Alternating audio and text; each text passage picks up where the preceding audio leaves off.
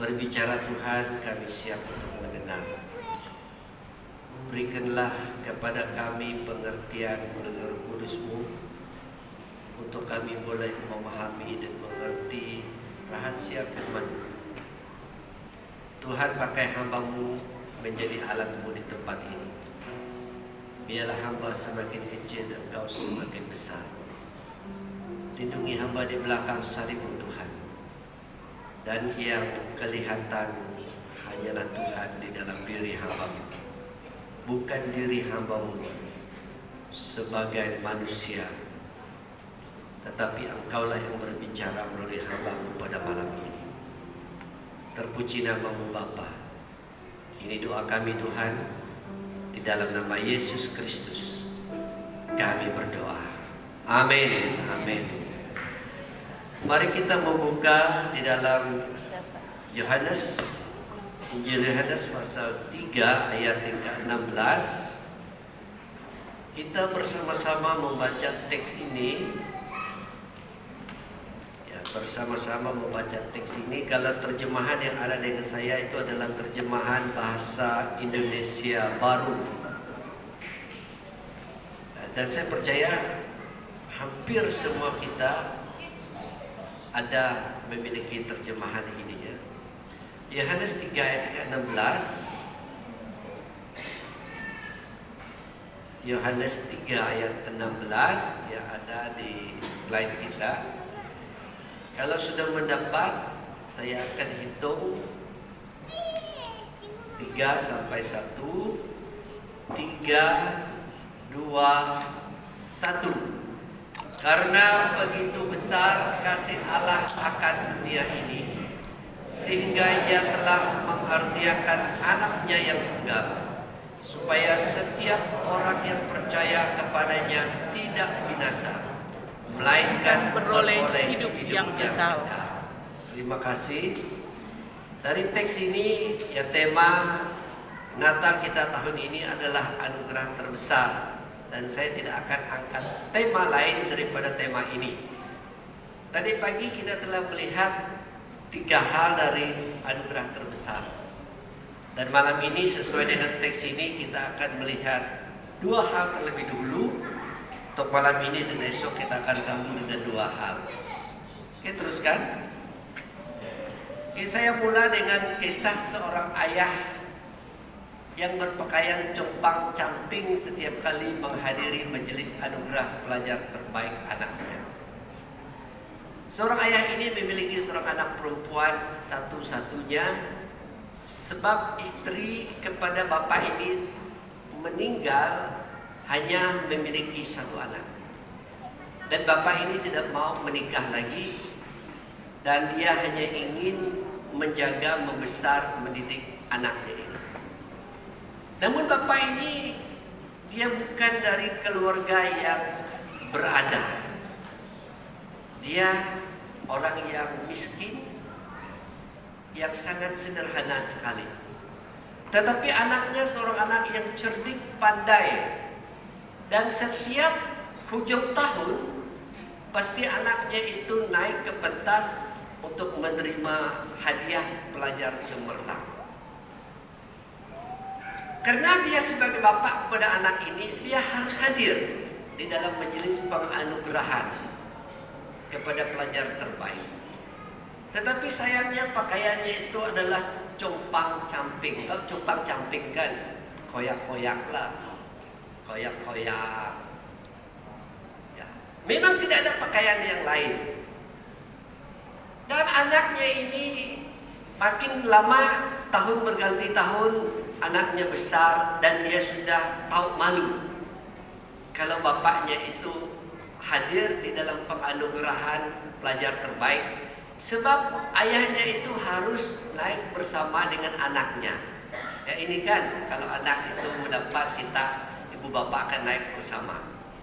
Akhirnya anaknya itu berkata kepada bapaknya, "Bapak, kalau mulai tahun ini bapak jangan datang lagi. Kalau bapak tidak menukar pakaian, kalau bapak masih memakai pakaian yang bercompang-camping." Tetapi bapaknya berdiam saja. Sebab tidak ada pakaian yang harus dia pakai yang baik. Dan sampai anak ini sudah tingkatan 6, lalu keluar keputusan anaknya ini ditawarkan sekolah di kota. Ini mereka dari desa, ya, contohnya dari Lawas lah, di Lawas. Dan anaknya ini ditawarkan dan dapat beasiswa, lalu pergi ke kota seperti di Miri, pergi di Tanjung Lubang, pergi di SM Sains, seperti itu. Nah, memang anaknya itu mendapat beasiswa, tetapi untuk berangkat itu harus memerlukan duit. Nah, beasiswa itu mendatang kemudian. Tambangnya, beli keperluan asas harian itu harus ada duit sekurang-kurangnya 10.000 ringgit untuk memulai. Sebab pakaian itu harus diganti baru uniform mereka. Dan bapaknya satu hari berkata kepada anaknya, "Anak, inilah satu-satunya yang Bapak beri kepada kamu, karena kamu ditawarkan dan mendapat beasiswa pergi ke kota, ke bandar besar untuk melanjutkan pendidikan. Tidak ada yang lain lagi anak, inilah satu-satunya." Dibungkusnya dalam satu kain yang koyak juga, dibungkusnya. Lalu anak ini mendapat, dan anak ini melihat itu buku ASB, Amanah Saham Bumi Putra. Lalu dibawanya ke pejabat dibawanya. Dan waktu dia sampai di pejabat, dan dia pun memberi kepada counter yang mengurus ASB. Dan ketika anak ini mendapat berapa duit yang ada di dalam ASB itu, ternyata 15.000 ringgit. Dan waktu anak ini melihat, anak ini berkata, "Coba print semua statement daripada tabung ayah saya." Lalu diprintlah, dan rupa-rupanya bapaknya berpakaian compang-camping karena dia tahu anaknya itu adalah anak yang pintar, dan tidak ada pemberian, tidak ada hadiah, tidak ada satu anugerah yang harus diberikan kepada anaknya pun dewasa nanti, hanya dengan menabung. Biarpun dia berpakaian compang-camping, tidak ada pakaian, yang penting ketika masanya anak ini besar, ada satu anugerah yang dia akan bagi kepada anaknya. Dan anugerah itu adalah saham yang 15.000 ringgit sejak anaknya itu mulai masuk ke bangku sekolah. Demikian juga Tuhan Allah kita melihat umat manusia itu harus diberi satu anugerah, karena manusia itu merupakan ciptaan yang istimewa di tangan Tuhan. Dan satu-satunya anugerah yang harus diberikan oleh Allah kepada manusia apabila Yesus lahir datang dalam dunia ini. Dan itulah anugerah yang terbesar. Seperti Bapa ini memberikan satu anugerah yang terbesar dari hidupnya sejak anaknya masuk derajat 1 sampai tingkatan 6, dia telah memberi satu anugerah yang bertahun-tahun dengan menyekolahkan anaknya ini dan boleh pergi ke kota untuk melanjutkan pendidikannya. Dan setelah anak ini menerima dan mendapat membaca semua statement di dalam ASB itu, anak ini duduk menangis. Dan waktu dia kembali sampai di rumah, lalu dia berkata kepada bapaknya, "Bapak, saya minta maaf karena selama ini saya tidak dapat menerima Bapa dengan berpakaian compang-camping. Ternyata Bapa telah memberi satu hadiah yang terbesar buat saya hari ini dengan 15.000 ringgit. Allah kita di surga telah menghadiahkan anaknya yang terbesar dalam hidup kita sebagai manusia. Itulah Natal yang kita rayakan. Anugerah terbesar yang Allah bagi untuk dunia ini adalah Yesus Kristus lahir buat saya dan saudara. Bapak, Ibu, dan saudara-saudari yang dikasihi dalam Tuhan Yesus, kita melihat sesuai dari teks Yohanes 3 ayat 16 ini. Apakah anugerah terbesar itu? Menurut Yohanes 3 ayat 16. Pertama, anugerah terbesar itu terusnya adalah, teruskan, ya, itu adalah bukti dari kasih Allah yang teragung. Ayat yang ke-16 ini. Ayat 16 berkata, Yohanes 3 ayat ke-16 berkata demikian. Ayat ke-16 berkata, karena begitu besar kasih Allah. Sampai di sana. Jadi anugerah terbesar dari kelahiran Yesus dalam dunia ini itu adalah membuktikan kasih Allah itu adalah kasih yang teragung. Jadi maka itu Natal itu adalah bukti dari kasih Allah yang teragung di dalam dunia ini. Seorang penulis lagu berkata, setiap orang menjadi penulis, setiap pohon jadi pensil, dan samudera yang menjadi kertas, tidak muat untuk menulis betapa besarnya kasih Allah. Ada nyanyian itu kan? Macam mana tiunnya? Anugerahmu tak Anugerahmu da da da da da da da da da da da da la la la la la la la da da da da da da da da la la la la la la la da da da ya ya, itu kan. Tahu nyanyian itu kan? Tahu? Oh ya, kita yang sudah lebih berusia dari saya patut tidak tahu. Kasihnya tak terduga, betapa kayanya, kan? Tahu kan? Ya, tidak patut tidak tahu. Jadi penulis nyanyi ini berkata, setiap orang menjadi penulis, setiap pohon menjadi pensil, dan samudera raya menjadi kertas. Tidak akan mungkin, tidak boleh muat menulis betapa besarnya kasih Allah. Jadi Natal itu adalah anugerah terbesar, itu adalah bukti dari kasih Allah yang teragung buat saya dan saudara. Itu adalah bukti kasih Allah yang teragung. Jadi kita membaca apa kata Paulus dalam Efesus 3 ayat 15. Oke, Paulus berkata dalam Efesus 3 ayat 15. Kita membaca teks ini. Efesus 3 ayat ke-15.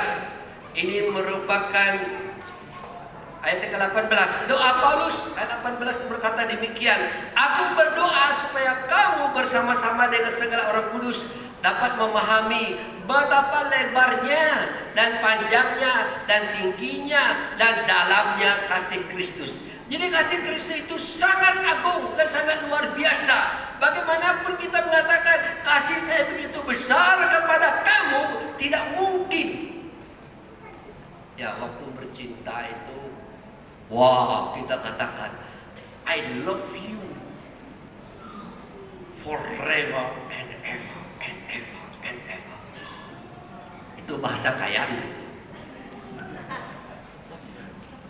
Bahasa kayaan itu. Wah, seluas lautan samudera raya dengan lautan api pun akan kuseberangi. Bukan waktu kita bercinta.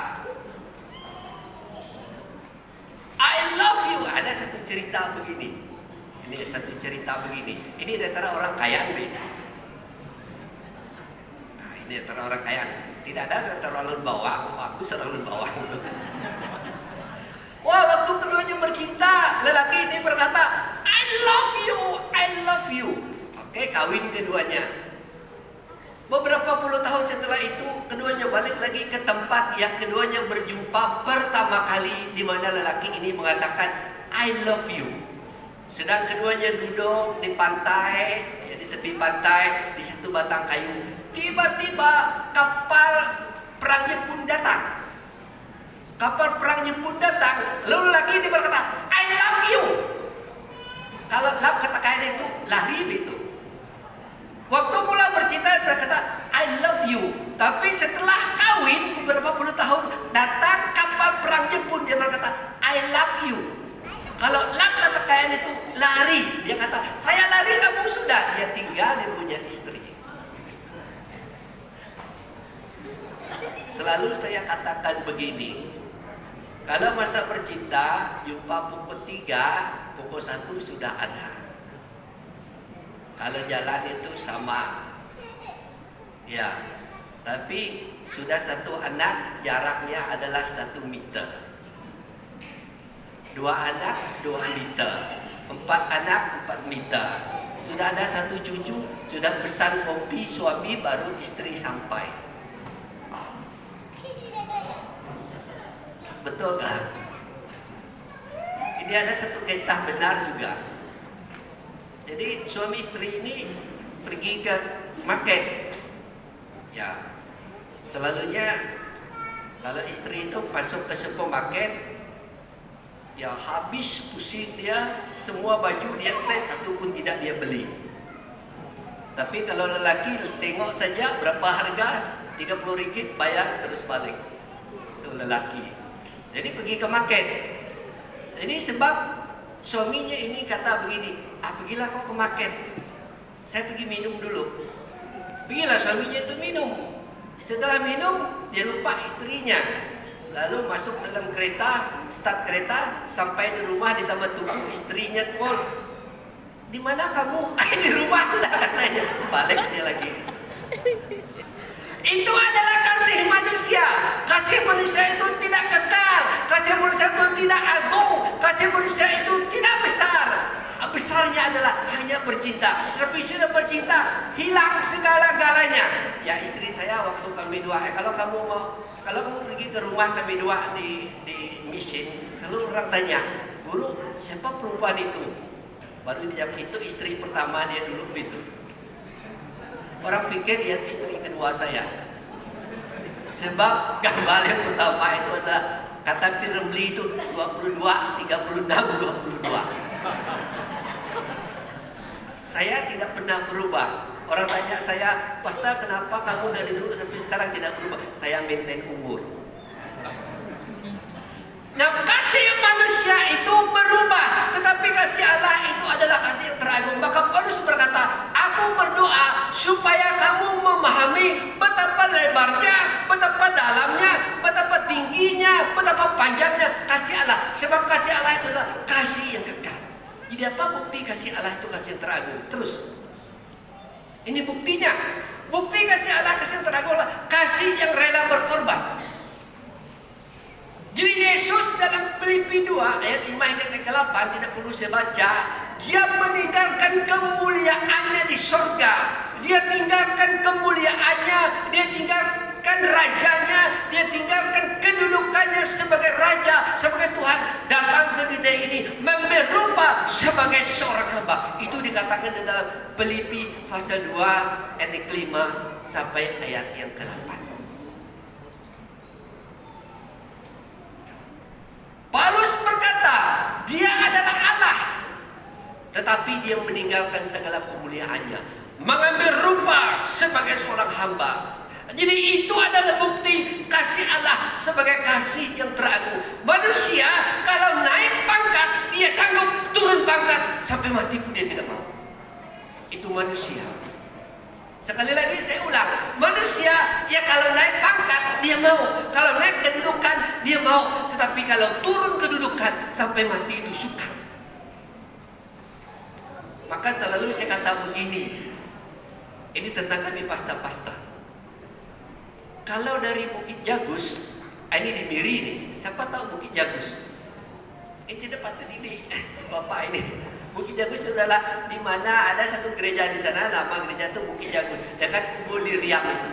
Kalau dia melayani di Bukit Jagus, tahun depan pindah ke Bukit Kenada. Pusat is the best, pusat is very good. Tapi kalau dia dari Bukit Kenada pergi ke Bukit Jagus, memang pusat itu hati busuk, kata dia. Itu manusia. Itu manusia. Tetapi Allah tidak. Kenapa Allah rela meninggalkan kemuliaannya? Karena kasihnya adalah kasih yang teragung. Itulah anugerah terbesar buat saya dan saudara.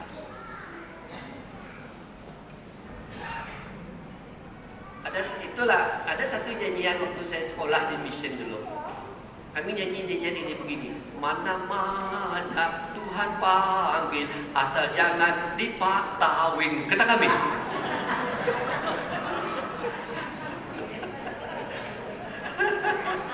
Pak Tawi masih ada sekarang enggak? Kampung itu sudah sedengar tidak ada sudah Pak Tawi. Mana-mana Tuhan panggil, asal jangan di Pak Tawing. Baru pengetua kami masa itu giliran buka kata, "Hoi, apa kamu jadi begitu?" katanya. Itu manusia. Sekali lagi kalau manusia itu kalau naik dia senang, tetapi kalau turun dia tidak senang. Tetapi Yesus sekalipun dia adalah Allah, karena kasihnya kasih teragung. Dan buktinya kasih teragung, dia rela berkorban, tinggalkan kemuliaannya. Korbannya itu bukan saja menjadi hamba, tetapi dia rela disalibkan buat saya dan saudara. Dia mati di kayu salib, sengsara menderita. Itulah kasih yang teragung. Segala-galanya diberikan untuk saya dan saudara. Yang kedua buktinya adalah kasih yang terlebih dahulu mengasihi kita. 1 Yohanes 4 ayat ke-19. Sebelum kita mengasihi Allah, Allah sudah mengasihi kita. Dan itulah sebabnya dia datang ke dunia ini. Kenapa dia boleh mengasihi kita terlebih dulu? Sebab kasih Allah adalah kasih yang teragung. Yang ketiga itu adalah kasih ketika kita masih berdosa. Yang keempat, kasihnya adalah kasih tanpa syarat. Kasih tanpa syarat. Tetapi manusia tidak. Manusia itu punya satu prinsip begini. If you help me, I will help you. Kalau kamu tolong saya tolong kamu. You bantu saya bantu you. Kalau you tidak bantu saya, no way lah, bahasa kayaku, no way lah. Tak ada jalan. Itu manusia. Kalau dia mengasihi orang, karena orang itu terlebih dulu mengasihi dia, ataupun karena dia harus menuntut. Tetapi kasih Allah, kenapa kasih Allah kasih yang tidak yang teragung? Kasih kenapa anugerah Natal adalah anugerah terbesar? Sebab itu bukti kasih Allah yang teragung. Dan kasihnya itu adalah kasih yang tidak ada syarat, tanpa syarat sama sekali. Sekalipun kita memberontak kepada Allah, sekalipun kita meninggalkan Allah, sekalipun kita membenci Allah dan segala perbuatan jahat yang kita lakukan, kasih Allah itu tetap kekal untuk manusia. Karena kasihnya tidak ada syarat sama sekali. Tapi Allah, itulah Allah kita. Dan itulah anugerah terbesar buat saya dan saudara. Karena Allah memberi anaknya. Itu adalah bukti kasih yang teragung. Bukti kasih teragungnya itu adalah kasih Allah itu tidak ada syarat sama sekali. Kalau Allah itu bersyarat-syarat dengan kita, saya percaya hari ini kita tidak akan ada di gereja ini pada hari ini. Malam ini kita tidak akan merayakan Natal. Kita pasti semua sudah dibunuh oleh Allah. Kalau Allah punya syarat. Berapa kali kita mengecewakan Allah? Berapa kali kita mendukakan hati Allah, tetapi Allah itu tetap menunjukkan kasih-Nya kepada kita. Itulah kasih yang teragung. Itulah anugerah terbesar. Anugerah terbesar dalam Natal itu adalah karena Allah memiliki kasih yang teragung buat saya dan saudara. Yang kedua yang terakhir malam ini. Ya kalau mau sambung lagi besok datang lagi. Yang kedua yang terakhir untuk malam ini. Mengapa Natal adalah anugerah terbesar? Yang kedua, Karena Natal adalah untuk seluruh dunia ini. Ayat kita mau baca ayat ke-16b lagi. Ayat 16b pasal yang ketiga. Dikatakan di sini, karena begitu besar kasih Allah akan dunia ini. Mengapa Natal dikatakan anugerah terbesar? Karena Natal adalah untuk seluruh dunia ini. Sebuah nyanyian berkata, Tuhan cinta segala bangsa, Tuhan cinta segala bangsa di dunia. Lun bawang kayan kenyang, penan beketan kelabit, apa lagi? Cina, Melayu, dusun, apa lagi?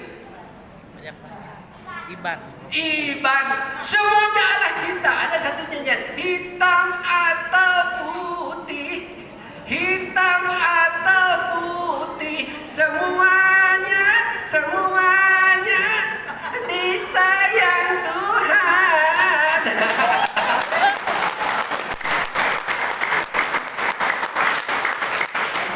Kurus atau gemuk, pendek atau tinggi, semuanya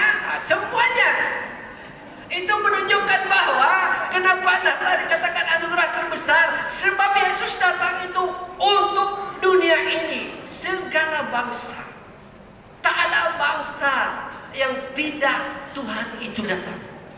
Makanya di dalam Matius 28 ayat yang ke-19 berkata, 18-19, pergilah ke seluruh dunia, beritakan Injil kepada segala bangsa. Itu Matius 28. Itu bermaksud bahwa tidak ada bangsa, tidak ada manusia yang tidak Tuhan itu datang untuk diselamatkan. Nah, kalau seseorang itu lahir, dia hanya lahir untuk keluarganya sendiri, bukan? Contohnya saya dan istri, kalau anak kami dua melahir, anak saya yang melahir, saya tidak pernah melahir. Saya tidak pernah melahir. Tetapi banyak bapak-bapak kalau sudah umur 40 tahun ke atas mengandung tapi tidak melahir itu case yang lain. Mungkin kita perlu satu dokter yang terbaru lagi untuk memberi obat agar bapak melahir setelah itu. Dan kalau anak kami itu lahir, anak itu adalah untuk kami sendiri. Untuk kami sendiri. Buktinya dia kerja untuk kami. Dia bagi duit untuk kami. Ada anak saya datang bagi duit untuk kamu orang tiba-tiba kah? Mana ada? Tidak ada. Kalaupun karena pekerjaan dan jawatannya baru dia berguna menyumbang untuk masyarakat dan negara. Tapi kalau tidak, dia tidak pernah lahir dalam dunia ini manusia untuk orang lain. Manusia itu lahir adalah untuk keluarganya sendiri, untuk dirinya sendiri. Tetapi Yesus lahir, dia lahir untuk dunia ini. Oke, teruskan. Dia lahir. Oke, hasil dari kelahiran Yesus untuk dunia ini. Pertama, dia membawa damai. Ya, Yesus lahir untuk dunia ini. Hasil daripada kelahirannya itu dia membawa damai. Damai yang dia bawa itu pertama dia mendamaikan Allah dengan manusia. 2 Korintus 5 ayat ke-18 dan 19. Paulus berkata, Yesus itu lahir dan Yesus itu mendamaikan manusia dengan Allah. Karena dosa, maka manusia dengan Allah itu bermusuh. Karena dosa, maka manusia dengan Allah itu terputus hubungan. Karena dosa, maka Allah itu harus menghukum manusia. Karena dosa harus dihukum. Dan manusia membenci Allah. Tetapi Allah itu sangat mengasihi manusia. Dan Yesus lahir, dia datang mendamaikan manusia dengan Allah. Maka dikatakan dalam Yohanes 3 ayat 16, itu berkata, karena begitu besar kasih Allah ke dunia ini. Karena begitu besar kasih Allah akan dunia ini. Dunia ini itu adalah untuk semua kita. Dan kelahirannya itu adalah membawa damai. Damai antara Allah dengan manusia. Saya akan satu cerita begini. Seorang bapak dengan anak itu bertengkar karena perbuatan anaknya itu sangat jahat. Anaknya ini tidak mau mendengar kata-kata bapaknya. Akhirnya bapaknya mengusir anaknya. Diusirnya, dikatakan, saya tidak menganggap kamu anak saya lagi. Lalu anak ini pun berkata demikian kepada bapaknya, saya juga tidak menganggap kamu bapak saya lagi. Anak ini lari ke tempat yang jauh. Tetapi ibunya sangat merindui anak ini, satu-satunya anak lelaki mereka. Karena ibunya sangat merindui anaknya, maka ibunya jatuh sakit. Dirawat kemana-mana, tidak ada perubahan, malah penyakit ibunya anak ini semakin memburuk. Dan dokter berkata kepada suami ibu ini, Bapak, istri kamu sudah tidak dapat kami selamatkan ataupun obati lagi. Lebih baik Bapak bawa dia ke rumah dan tinggal di sisi dia sampai bila ajalnya. Karena kami sudah tidak tahu, penyakitnya kami tidak temui. Balik ke rumah, hari berganti hari, minggu berganti minggu. Lalu istrinya merasa dirinya sudah tidak berdaya lagi untuk bertahan lama. Dia berkata kepada suaminya, dia berkata begini, sebelum saya mati ada satu permintaan dari saya. Apakah kamu mau menunaikannya? Lalu suaminya berkata, iya. Berat dan sukar pun apakah kamu berjanji? Iya, saya pasti menunaikannya. Lalu istrinya berkata, panggil anak kita kembali.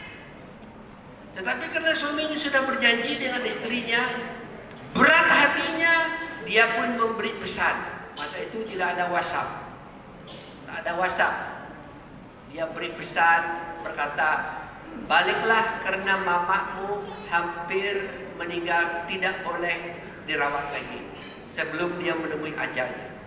Jadi pendek cerita, kabar ini sampai kepada anaknya. Lalu anaknya bergegas balik ke kampung. Sampai di kampung, lalu anaknya masuk di dalam bilik mereka. Dan ibunya berbaring di dalam kamar.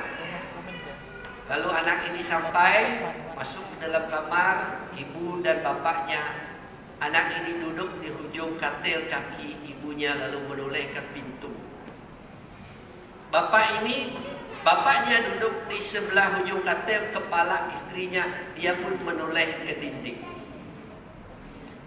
Lalu istrinya berkata kepada suaminya, Pak, berdamailah dengan anak kita. Bapak ini pun marah. Saya panggil dia balik bukan untuk saya minta maaf dari dia. Karena kamu mau matilah saya panggil dia balik. Lalu ibu ini berkata kepada anaknya, Nak, minta maaflah kepada bapak. Lalu anaknya berkata, Bu, saya balik bukan untuk minta maaf kepada si tua keparat itu. Karena kamu mau mati itu saya balik. Lalu keduanya bertengkar. Bapak ini pun marah, anak ini pun marah. Tetapi tidak melihat muka dengan muka. Lalu ibu yang sakit tenat ini dengan sekuat tenaganya berkata, berdamailah. Langsung dia mati. Ketika suaminya tahu istrinya sudah tidak bernyawa lagi dan anaknya juga tahu ibunya tidak bernyawa lagi, lalu keduanya pas serentak pusing. Anaknya pun pusing melihat muka ibunya, suaminya pun pusing melihat muka istrinya. Ketika keduanya berhadapan melihat satu dengan lain, terjadilah perdamaian di sana. Perdamaian itu terjadi karena seorang ibu. Demikianlah Yesus Kristus. Dia datang ke dunia ini membawa anugerah terbesar, untuk dunia ini, di mana dia mati, lahir dan mati untuk saya dan saudara, agar kita yang bermusuh dengan Allah itu diperdamaikan. Itulah anugerah terbesar dari kelahiran Yesus untuk dunia ini. Dia mendamaikan dunia ini, manusia dengan Allah. Paulus berkata dalam 2 Korintus 5 ayat 18 dan 19, Yesus itu adalah pendamai dari kematian, kelahiran dan kematiannya, mendamaikan manusia dengan Allah. Dia mendamaikan juga manusia dengan manusia. Bukan saja mendamaikan manusia dengan Allah, tetapi kelahiran Yesus membawa damai untuk dunia ini adalah antara manusia dengan manusia, antara suku dengan suku, antara bangsa dengan bangsa. Ya, dulu kita tidak dapat melihat suku yang lain. Kalau kita lihat suku yang lain, kita makan dengan mereka. Tetapi sekarang ini, karena Yesus telah lahir dalam diri kita, lahir dalam hidup kita, maka mendamaikan manusia dengan manusia. Ya, saya kawin dengan orang Kenyang, Lun Bawang kawin dengan orang Cina, Indon lagi, jauh-jauh. Maka kita pun di dalam satu kampung itu, apa bangsa di sini? Apa bangsa Gayak Baru? Kalau kamu cakap bahasa Lun Bawang, bohong itu. Betul kan? Mana ada bangsa Lun Bawang penuh di Gayak Baru? Tidak ada. Kalau kamu kata Lun Bawang kami di sini, nanti lari sama istri seminar itu nanti. Siapa yang susah? Kamu orang yang susah. Siapa lagi? Siapa yang bukan Lun Bawang di sini?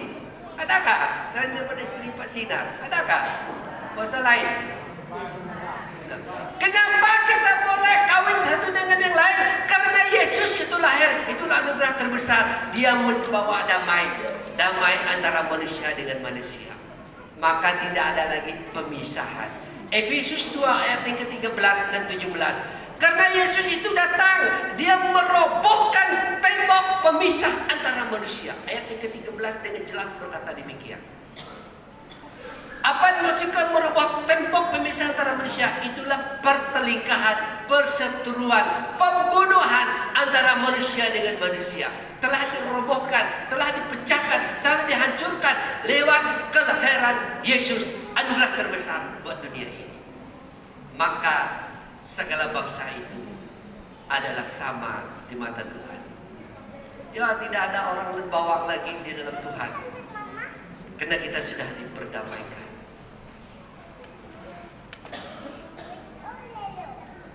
Kami dua di Miri, kita sudah lama di sana. Saya kata dengan istri saya, kalau kita pergi minum, kita pergi di tempat yang sunyi-sunyi ya.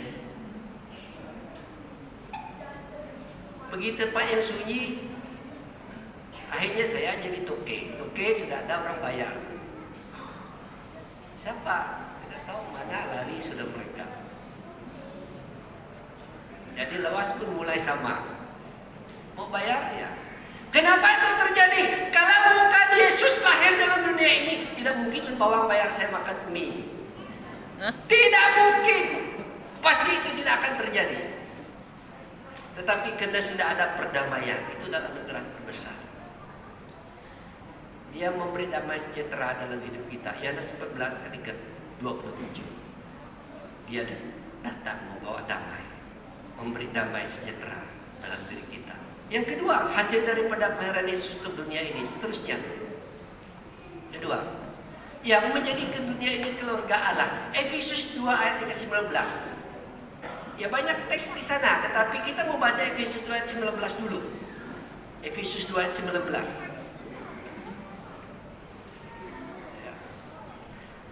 Ayat 19 berkata demikian. Demikianlah kamu bukan lagi orang asing dan pendatang, melainkan kawan sewarga dari orang-orang kudus dan anggota-anggota keluarga Allah. Lalu kita menyanyi, kau saudaraku. Macam mana nyanyian itu? Dalam Yesus kita bersaudara. Itu lain lagi. Apa nyanyiannya? Kau saudaraku itu. Gak ada yang dapat. Hari ini ku rasa bahagia berkumpul bersama saudara seiman. Lalu di chorusnya, kau saudaraku, kau sahabatku. Itu menunjukkan bahwa kita itu adalah satu keluarga di dalam Tuhan. Maka Paulus berkata kepada orang-orang Efesus, karena kita lagi di dalam Tuhan, tidak ada orang asing lagi, melainkan kita adalah keluarga Allah. Itulah hasil kelahiran Yesus untuk dunia ini, menjadikan dunia ini keluarga Allah. Slogan Malaysia oleh PN kita yang ke-9 apa dia? Slogan Malaysia oleh PN kita yang ke-9, Seberi Yakub, apa dia? Apa dia? Tidak patut kamu tidak tahu dari saya. Apa slogan Malaysia? Sekarang ini kan Medani, Malaysia Medani. Kalau Muhyiddin, Malaysia Prihatin. Kalau Najib, apa dia? Satu Malaysia. Kalau Seberi Yakub, apa slogan dia? Keluarga Malaysia. Tahu kan? Itu slogan Seberi Yakub, keluarga Malaysia. Jadi kan tidak percayakan Malaysia ini menjadi satu keluarga? Tidak percaya.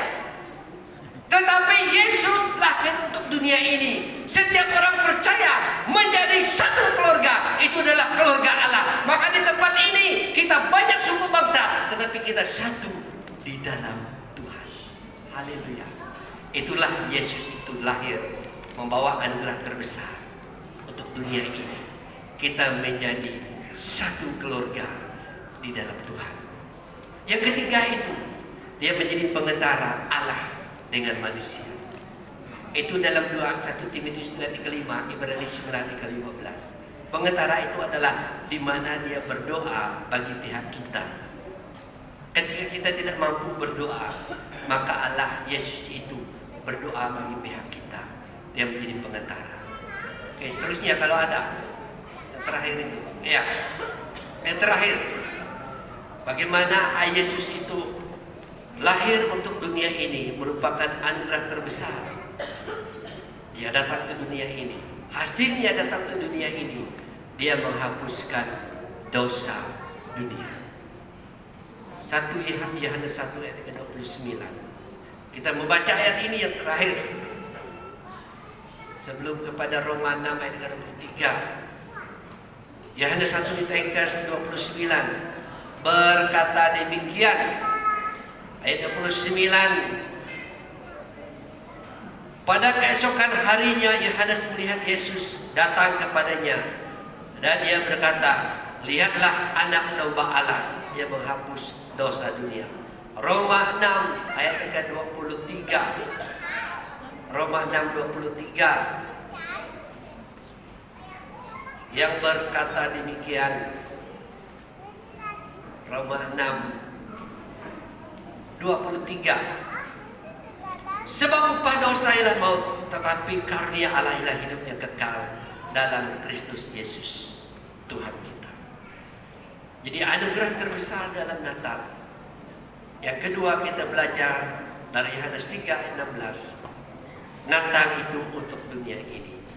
Hasilnya untuk dunia ini menghapus dosa dunia. Segala dosa kita telah dihapuskan oleh darah Yesus. Dosa kita telah dicucikan, telah dibersihkan. Kita yang berdosa sudah tidak berdosa lagi. Kita yang tidak diampuni sudah diampuni oleh Yesus lahir buat dunia ini. Bukan dosa satu orang, bukan dosa satu bangsa, tetapi satu dunia. Dosanya dihapuskan oleh Tuhan Yesus. Hal yang ketiga, datang lagi besok untuk dengar. Mari kita berdoa. Terima kasih Tuhan untuk firman-Mu. Engkau telah datang membawa anugerah terbesar buat kami. Anugerah-Mu itu Tuhan, karena Engkau menyatakan kasih-Mu yang teragung. Dan Engkau datang bukan untuk satu orang, satu bangsa, tapi untuk seluruh dunia ini. Tanpa Natal Tuhan, kami tidak memiliki semuanya ini. Karena di dalam Natal itulah kami memiliki anugerah yang sangat besar, yang tidak dapat kami miliki dan yang tidak dapat kami selami di dalam hidup kami. Biarlah dari Natal ini Tuhan, kami benar-benar memiliki anugerah itu dalam diri kami. Terima kasih Bapa. Ini doa kami dalam nama Yesus. Kami berdoa. Amin. Amin. Terima kasih. Saya kembalikan kepada pengacara majelis.